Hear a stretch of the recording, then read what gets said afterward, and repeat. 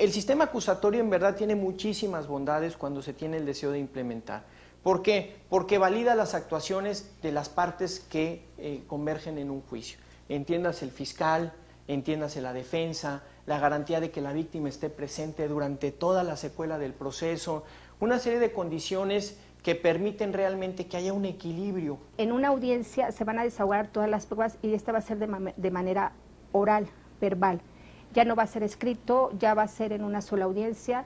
En ella el juez, el Ministerio Público va a realizar su hipótesis de acusación, el defensor su hipótesis de defensa, van a aportar las pruebas y esta es una cuestión muy importante de la oralidad.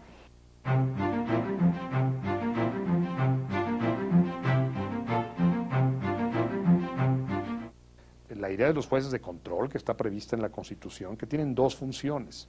El juez de control tiene que preparar el juicio oral, es decir, ver que todo se cumpla bien, antes de llegar al juicio oral, que es una escenificación ciertamente, donde un juez va a conocer de primera mano, el juez del proceso va a conocer el caso que se le está planteando, bueno, por lo menos que haya un juez anterior que haya visto que sí es adecuado, que sí está en los términos, que sí se cumplieron los requisitos, pero el juez de control tiene otro papel, que es autorizar ciertas actuaciones de manera inmediata.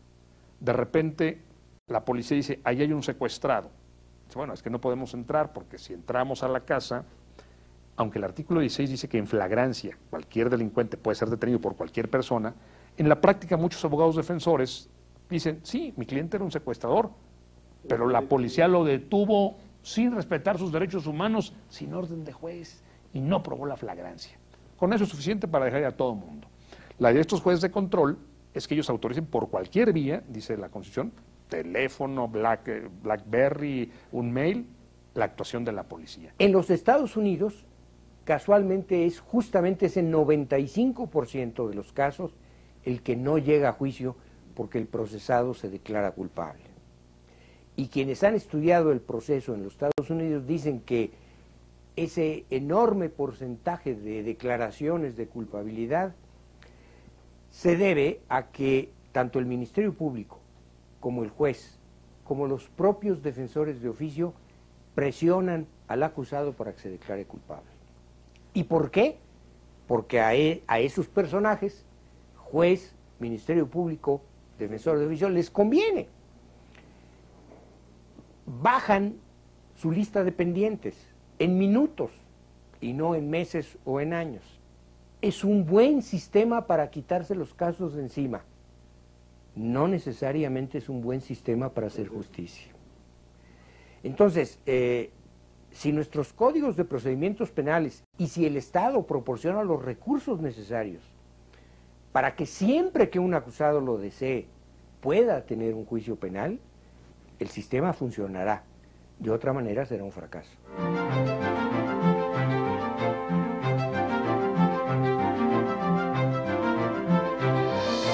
Cuando uno escucha a quienes opinan sobre el modelo, dice, bueno, es que quieren que nos parezcamos a los Estados Unidos, quizás la influencia de la televisión no es menor.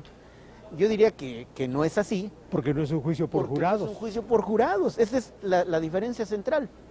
Hemos visto cómo a veces la elocuencia y que los hacen conmoverse hasta las lágrimas puede generar una sentencia que nada tenga que ver con lo jurídico. Ahora es obligatorio que esté el juez, ¿verdad? Si no está, es nula la actuación.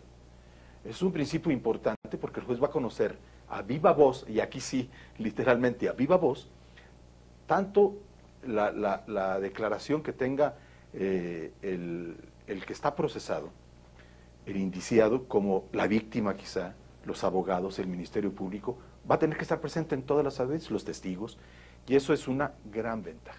La idea de estos juicios, maestro, de los juicios orales, es que sean inmediatos, es que sean orales, de controversia. Es decir, que usted diga y yo contesto, adversariales. Que usted dice, yo contesto y lo que yo le contesté, usted me lo refuta y otra vez, señor, esa prueba no se vale por esto y por esto, perdóneme, pero sí se vale por esto y por aquello. Bueno, y aquello, no, eso no tiene que ver, no me saque del tema, es esto y esto. Que la gente diga, claro, ahora lo entiendo. Es que esto es teatro, dicen algunos, esto es escenificación. Yo prefiero un teatro en que yo pueda ver los argumentos de una de las dos partes que una cosa en que de repente salió. ¿Por qué salió? Usted no entiende, porque usted no es abogado.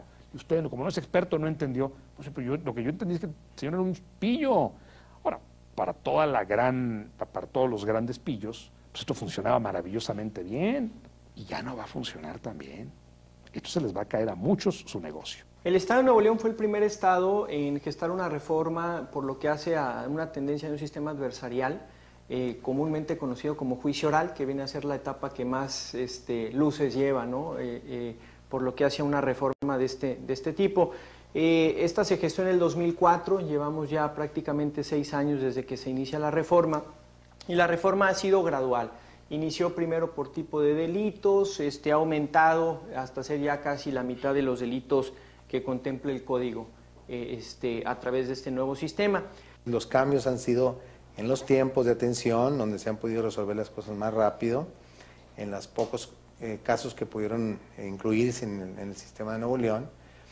Y el otro tema es que esta gente ha podido resolver su conflicto rápidamente y, por ejemplo, las víctimas pueden recibir su reparación de daño y la justicia de manera rápida, e incluso a veces en 15 días o en un mes o en 3 meses cuando mucho.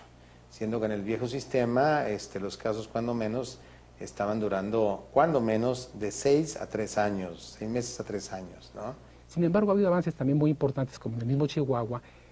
Hay menos prisión preventiva y son muchos más los casos que se resuelven de una manera alternativa, de manera que están llegando a los juzgados los casos más relevantes, los que ameritan una atención de un juicio oral, los que requieren transparencia, y muchos otros se están resolviendo por vías alternas, y eso agiliza y favorece la impartición de justicia. En la reforma de Chihuahua ese proceso no se le dio, dejaba antecedentes penales.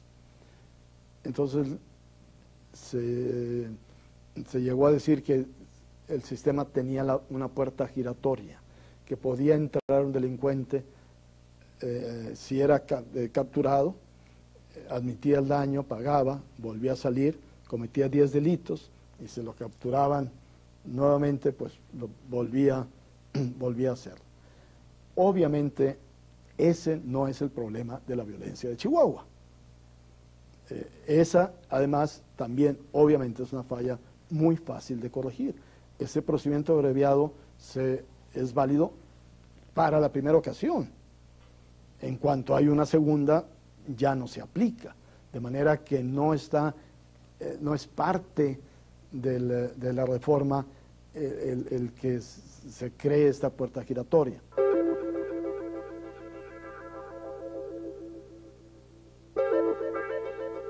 O sea, yo no sabía nada. A mí me agarran, me meten, me dicen...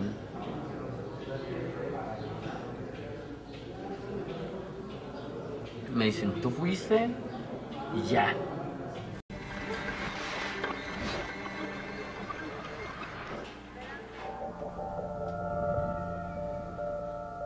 Toño está en el reclusorio Oriente, acusado por un homicidio de una persona a la que no conoce y que en realidad nunca tuvo relación con él. Roberto y yo somos abogados y llevábamos varios años recabando estadísticas sobre el sistema de justicia mexicano. ¿Cuáles son las bases por las cuales me está acusando? ¿Por qué lo acusó? Porque es mi chamba.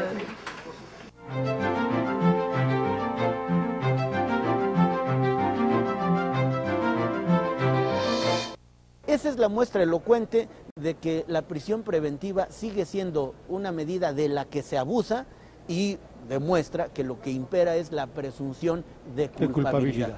La presunción de inocencia permitiría, y lo digo así porque no ha entrado en vigor cabalmente el sistema, que las personas vivieran el proceso penal desde la libertad, salvo algunos delitos por cuya delicadeza creo que sería una especie de grave riesgo para la sociedad mexicana que les dejáramos en libertad. ¿Cuáles? Seguramente ya lo intuye el auditorio. El secuestro, la trata de personas, los delitos contra la salud, es decir, el narcotráfico, el crimen organizado, la violación. En esos casos la persona viviría el proceso desde la prisión. Esto tendría varios efectos positivos. Se despresurizarían las cárceles y no andaríamos haciendo culpables anticipadamente a las personas que, si no eran delincuentes cuando entraron, muy probablemente lo son cuando salen.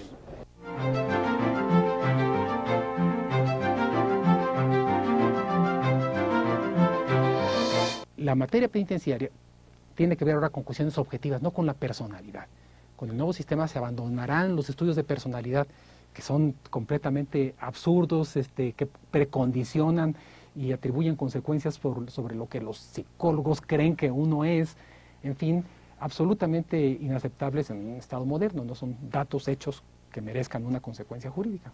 Entonces, este avance en el objetivo de la pena se complementa con la otra parte de la reforma, que es la modificación al 21 constitucional, que establece las bases para la creación de los jueces de ejecución de la pena. Pues estos jueces resolverán sobre los conflictos entre la administración penitenciaria y los internos, conflictos que tengan que ver con condiciones de vida digna, con traslados, con ubicación dentro del propio centro penitenciario, y también con la situación jurídica personal en cuanto a reductivos de la pena de prisión. La opinión pública se ha sacudido en los meses recientes por las vicisitudes de la película del documental Presunto Culpable de Laida Negrete y Roberto Hernández. Su exhibición, los incidentes judiciales que la retiraron unas horas, unos días de la exhibición, su reposición, todas las peripecias que ha vivido este documental tienen una estrecha liga con lo que esta serie procura establecer. Justamente, Presunto Culpable ilustra y sintetiza buena parte de los vicios del antiguo modo de procesar penalmente a los responsables de un delito y pone de manifiesto la necesidad de su transformación, de su reforma, que es precisamente lo que hemos procurado abonar en esta serie de TV UNAM.